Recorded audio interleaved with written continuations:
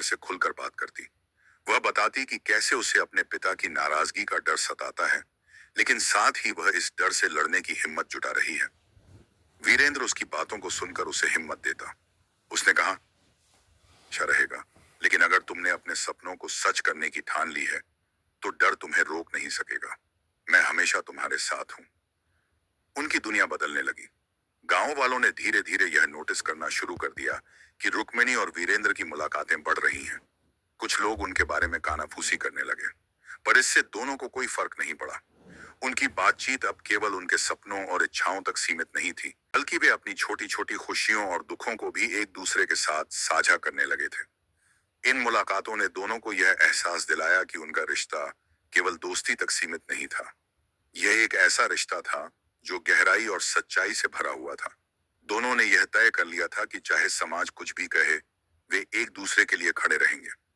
तालाब उनके प्यार का बीज बोया गया था, अब उनकी दुनिया का एक खास हिस्सा बन गया था।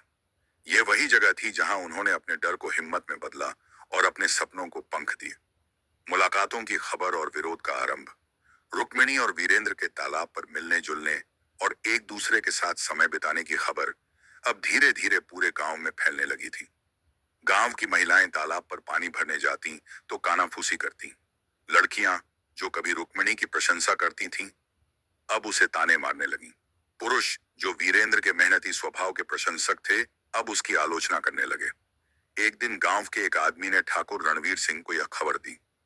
उसने कहा, ठाकुर साहब, आपकी बेटी को गांव के किसान वीरेंद्र के साथ तालाब पर बातें करते हुए देखा गया है। यह आपकी इज्जत के लिए सही नहीं है। ठाकुर रणवीर सिंह का गुस्सा। यह बात सुनकर ठाकुर रणवीर सिंह का गुस्सा 7वें आसमान पर पहुंच गया। वे इस बात को बर्दाश्त नहीं कर सकते थे कि उनकी बेटी, जो उनके लिए सम्मान और प्रतिष्ठा का प्रतीक थी, एक साधारण किसान के बेटे से प्रेम कर रही थी। उन्होंने उसी समय रुक्मिणी को अपने कमरे में बुलाया। रुक्मिणी जैसे ही उनके सामने पहुंची, उन्होंने गुस्से में कहा, यह सब क्या सुन रहा हूं मैं? गांव के लोग बातें कर रहे हैं कि तुम एक किसान के बेटे से मिलती हो। क्या तुम्हें अपनी मर्यादा का ख्याल नहीं? समझ नहीं कि हमारा परिवार किस स्तर का है और वह लड़का किस स्तर का? रुक्मिणी ने पहली बार अपने पिता के गुस्से का सामना करते हुए कहा, पिताजी, मैं वीरेंद्र से प्यार करती हूँ। वह ईमानदार है, मेहनती है और सच्चे दिल का इंसान है। मुझे नहीं लगता कि प्यार में जात पात या धन दौलत मायने रखती है। यह सुनते ही ठाकुर रणवीर सिंह और भी भड़क गए। उन्होंने कहा, तुम्हें यह सब सोचने की जरूरत नहीं है। तुम्हारा काम हमारी इज्जत को बढ़ाना है, न कि इसे मिट्टी में मिलाना। इस किसान का बेटा हमारे परिवार के लायक नहीं है। अगर तुमने उससे मिलना जारी रखा तो उसके परिणाम तुम्हारे लिए बहुत बुरे होंगे। वीरेंद्र के परिवार का विरोध। दूसरी ओर वीरेंद्र के घर पर भी यह खबर फैल चुकी थी। उसकी मां सरला देवी, जो अपने बेटे की हर छोटी बड़ी बात का ख्याल रखती थी, ने उससे कहा, बेटा, तुम जानते हो कि ठाकुर साहब जैसे लोग हमारी औकात के बारे में क्या सोचते हैं। यह रिश्ता हमारे लिए सिर्फ समस्याएं लाएगा। तुम अपने परिवार और अपने छोटे भाई बहनों का ख्याल करो। यह प्रेम तुम्हें कहीं का नहीं छोड़ेगा। वीरेंद्र के पिता धनराज भी इस रिश्ते के खिलाफ थे। उन्होंने गंभीर स्वर में कहा, हम किसान लोग हैं। हमारा जीवन मेहनत और ईमानदारी पर टिका है, लेकिन ठाकुर लोग हमें हमेशा नीचे देखेंगे। अगर यह बात और फैली तो यह न केवल तुम्हारी बल्कि हमारे पूरे परिवार की बदनामी का कारण बनेगी। वीरेंद्र ने अपनी मां और पिता की बातें चुपचाप सुनी। उसने उनसे कहा, पिताजी, मैं समझता हूं कि आप सबका डर जायज है, लेकिन रुक्मिणी मेरी जिंदगी है। वह सिर्फ ठाकुर की बेटी नहीं है, वह एक इंसान है और मैं उससे प्यार करता हूं। क्या प्यार करना इतना बड़ा गुनाह है? रुक्मिणी और वीरेंद्र की मजबूती। दोनों परिवारों के विरोध के बावजूद रुक्मिणी और वीरेंद्र ने एक दूसरे से मिलना बंद नहीं किया। अब उनकी मुलाकातें और भी छुपकर होने लगी। वे अक्सर गांव के पुराने बरगद के पेड़ के नीचे मिलते, जहां वे अपने सपने और परेशानियां साझा करते। एक दिन रुक्मिणी ने वीरेंद्र से कहा, हमारे प्यार के लिए हमें यह लड़ाई लड़नी होगी। मैं अपने पिता के डर के बिना नहीं जी सकती, लेकिन मैं तुम्हारे बिना भी नहीं जी सकती। वीरेंद्र ने उसकी आंखों में देखते हुए कहा, मैं तुम्हारे साथ हूं रुक्मिणी। चाहे जो भी हो, मैं तुम्हारा साथ कभी नहीं छोड़ूंगा। यह समाज चाहे जितनी रुकावटें डाले, लेकिन हमारा प्यार इनसे बड़ा है। गांव में बढ़ता तनाव। गांव में अब यह चर्चा और तेज हो गई थी। कुछ लोग ठाकुर रणवीर सिंह के साथ थे और कहते थे कि रुक्मिणी को अपनी मर्यादा में रहना चाहिए। वहीं कुछ लोग वीरेंद्र के समर्थन में थे और मानते थे कि प्यार में कोई जात पात नहीं होनी चाहिए। गांव की पंचायत भी इस मुद्दे को लेकर चिंतित थी। पंचायत के बुजुर्गों ने आपस में कहा, यह मामला अब सिर्फ दो परिवारों का नहीं रहा, यह पूरे गांव की बात है। हमें इसे जल्दी सुलझाना होगा, वरना यह विवाद और बढ़ जाएगा। ठाकुर की साजिश। अपनी इज्जत और परंपरा को बचाने के लिए ठाकुर रणवीर सिंह ने एक साजिश रची। उन्होंने रुक्मिणी की शादी एक बड़े व्यापारी के बेटे से तय कर दी। यह शादी न केवल उनकी प्रतिष्ठा को और ऊंचा करती, बल्कि रुक्मिणी और वीरेंद्र के रिश्ते को भी खत्म कर देती। जब यह बात रुक्मिणी को पता चली, तो वह टूट गई। उसने वीरेंद्र से कहा, मेरे पिता ने मेरी शादी तय कर दी है, मैं नहीं जानती कि अब हमें क्या करना चाहिए। वीरेंद्र ने उसे दिलासा देते हुए कहा, हम यह लड़ाई साथ में लड़ेंगे, मैं तुम्हें इस बंधन से आजाद कराऊंगा। संघर्ष की शुरुआत। अब दोनों ने मिलकर यह तय कर लिया कि वे इस अन्याय के खिलाफ लड़ेंगे। लेकिन क्या उनका प्यार इन विरोधों और साजिशों के बीच टिक पाएगा? यह उनके साहस और विश्वास की सबसे बड़ी परीक्षा थी। छुप छुप कर मुलाकातें, एक नई शुरुआत। रुक्मिणी और वीरेंद्र के लिए अब हर दिन एक नई चुनौती बन चुका था। उनके बीच प्यार था, लेकिन गांव और उनके परिवारों की जड़ें इतनी गहरी थीं कि उनका रिश्ता एक भारी संकट में फंसा हुआ था। परिवारों ने उनकी मुलाकातों पर रोक लगा दी थी, और यह बात दोनों के दिलों में एक गहरी खाई पैदा कर रही थी। उनके बीच जो प्यार था, वह अब एक लावारिस बुरे सपने की तरह महसूस हो रहा था। फिर भी दोनों ने अपने दिलों में यह संकल्प लिया कि वे हार नहीं मानेंगे। गांव के बुजुर्गों और अन्य ग्रामीणों ने कई बार रुक्मिणी और वीरेंद्र को सलाह दी थी कि वे अपनी राह बदल लें, लेकिन दोनों जानते थे कि उनका रिश्ता सिर्फ दो लोगों का नहीं था। यह एक सामूहिक बदलाव की आवश्यकता था।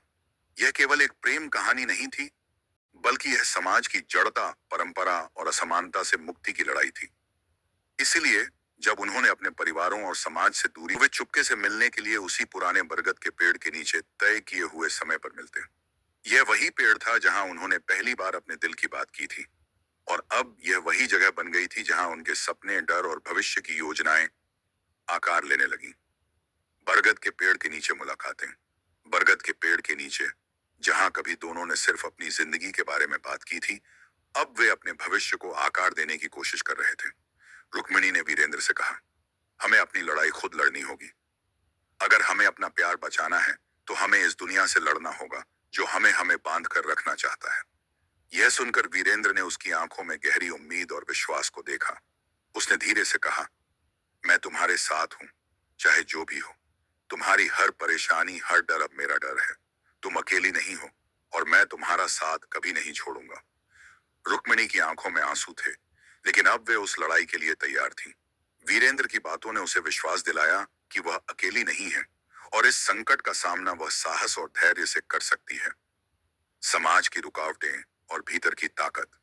अब रुक्मिणी और वीरेंद्र दोनों ही जानते थे कि उनका प्यार समाज की सारी जड़ता और धारा के खिलाफ था। लेकिन वे यह भी जानते थे कि उनके इस प्रेम की सच्चाई और शुद्धता ने उनके दिलों को एक कर दिया था, और यही ताकत उन्हें अपनी राह पर चलने के लिए प्रेरित कर रही थी। रुक्मिणी ने एक दिन वीरेंद्र से कहा, अगर हमें साथ रहना है, तो हमें अपनी लड़ाई के लिए खुद को तैयार करना होगा। यह आसान नहीं होगा, लेकिन हमें अपनी ताकत और विश्वास पर यकीन रखना होगा। हमें अपनी खुद की पहचान बनानी होगी, और यह दुनिया हमें अपनी शर्तों पर जीने का अधिकार देगी। वीरेंद्र ने उसकी बातों को सुना और फिर कहा, हमारे पास कुछ भी नहीं सिवाय अपने सपनों और एक दूसरे के प्यार के। यह हमारी सबसे बड़ी ताकत है। मैं जानता हूं कि यह आसान नहीं होगा, लेकिन हम एक दूसरे के साथ हैं, और इससे ज्यादा हमें और कुछ नहीं चाहिए। हम जो चाहते हैं वो हम पाएंगे। कठिनाइयों के बावजूद उम्मीद की एक किरण। जब दो परिवारों और पूरी समाज के विरोध के बावजूद भी वे इस संघर्ष में अपने प्यार की खातिर खड़े रहे, तब उनका रिश्ता और भी मजबूत हो गया। रुक्मिणी और वीरेंद्र को यह एहसास था कि उनका संघर्ष सिर्फ उनके लिए नहीं था, बल्कि यह उन लोगों के लिए भी था जो कभी अपने अधिकारों के लिए खड़े नहीं हो पाते। गांव में और भी लोग थे जो रुक्मिणी और वीरेंद्र के इस साहस से प्रेरित हो रहे थे।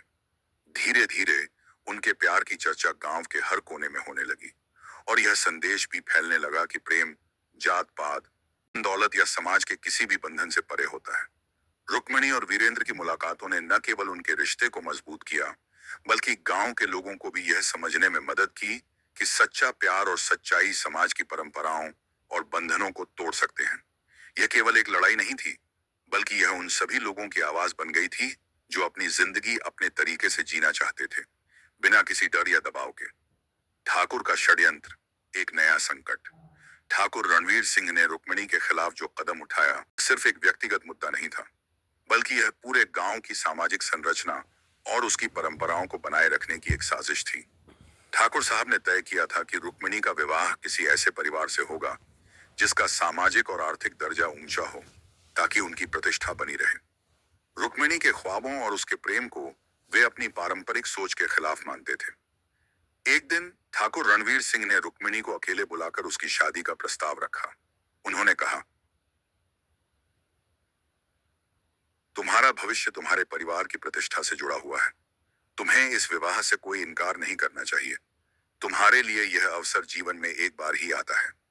रुक्मिणी ने शांतिपूर्वक कहा, मैंने जो निर्णय लिया है वह मेरा है।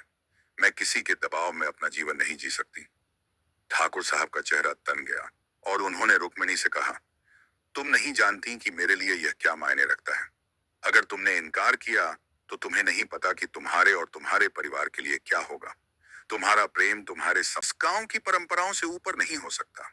अगर तुमने वीरेंद्र से शादी की तो मैं तुम दोनों और तुम्हारे परिवार को इस गांव से बाहर निकाल दूंगा।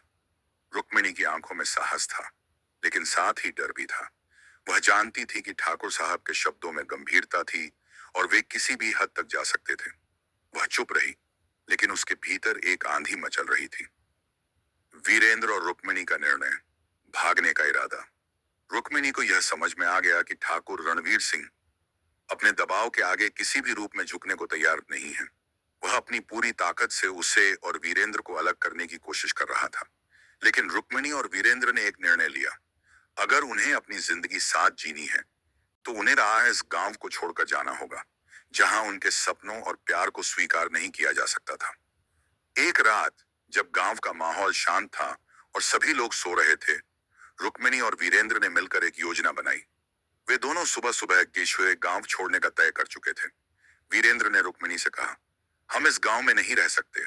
हमें शहर की ओर भागना होगा, जहां कोई हमें यह नहीं बताएगा कि हम क्या कर सकते हैं और क्या नहीं। रुक्मिणी ने सिर झुकाकर कहा, हमारी उम्मीद अब यही है। अगर हमें खुश रहना है तो हमें यह गांव छोड़कर कहीं दूर जाना होगा। लेकिन जैसे ही वे अपने भागने की योजना पर अमल करने के लिए निकले, ठाकुर रणवीर सिंह की जासूसी तंत्र ने उनकी योजना को भांप लिया। ठाकुर ने अपने आदमियों को भेजकर रुक्मिणी और वीरेंद्र को पकड़वाने की साजिश रची। ठाकुर का षड्यंत्र बेनकाब होना। रुक्मिणी और वीरेंद्र जैसे ही गांव के बाहरी इलाके में पहुंचे, ठाकुर के आदमी उनका पीछा करने लगे। वीरेंद्र ने रुक्मिणी से कहा, हमें जल्दी करना होगा। हम इस गांव से बाहर नहीं निकल पाएंगे अगर इन्हें हमारे पीछे आने का मौका मिल गया। लेकिन जैसे ही वे जंगल के रास्ते पर थे, ठाकुर रणवीर सिंह के आदमियों ने उन्हें घेर लिया। वीरेंद्र और रुक्मिणी के बीच एक अजीब सी खामोशी फैल गई।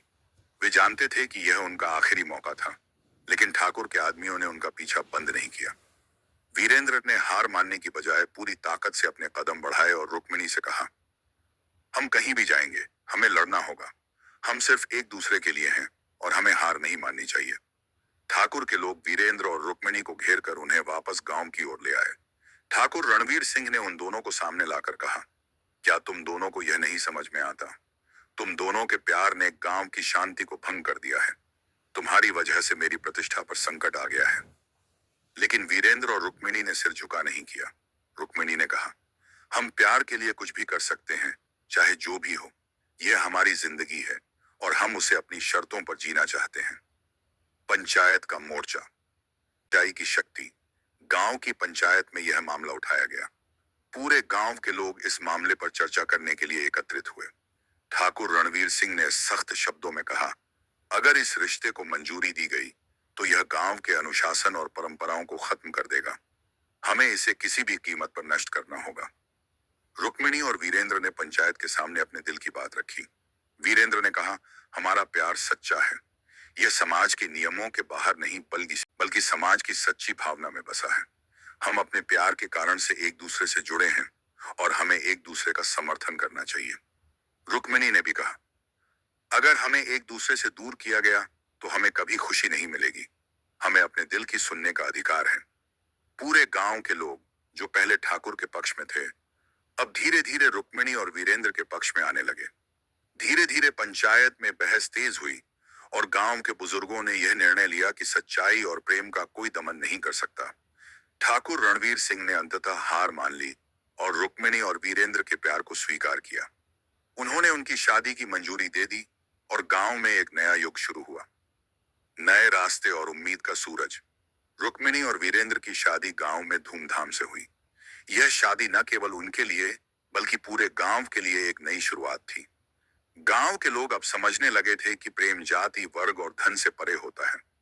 यह एक संघर्ष था, लेकिन इसके परिणाम स्वरूप समाज में एक बदलाव आया।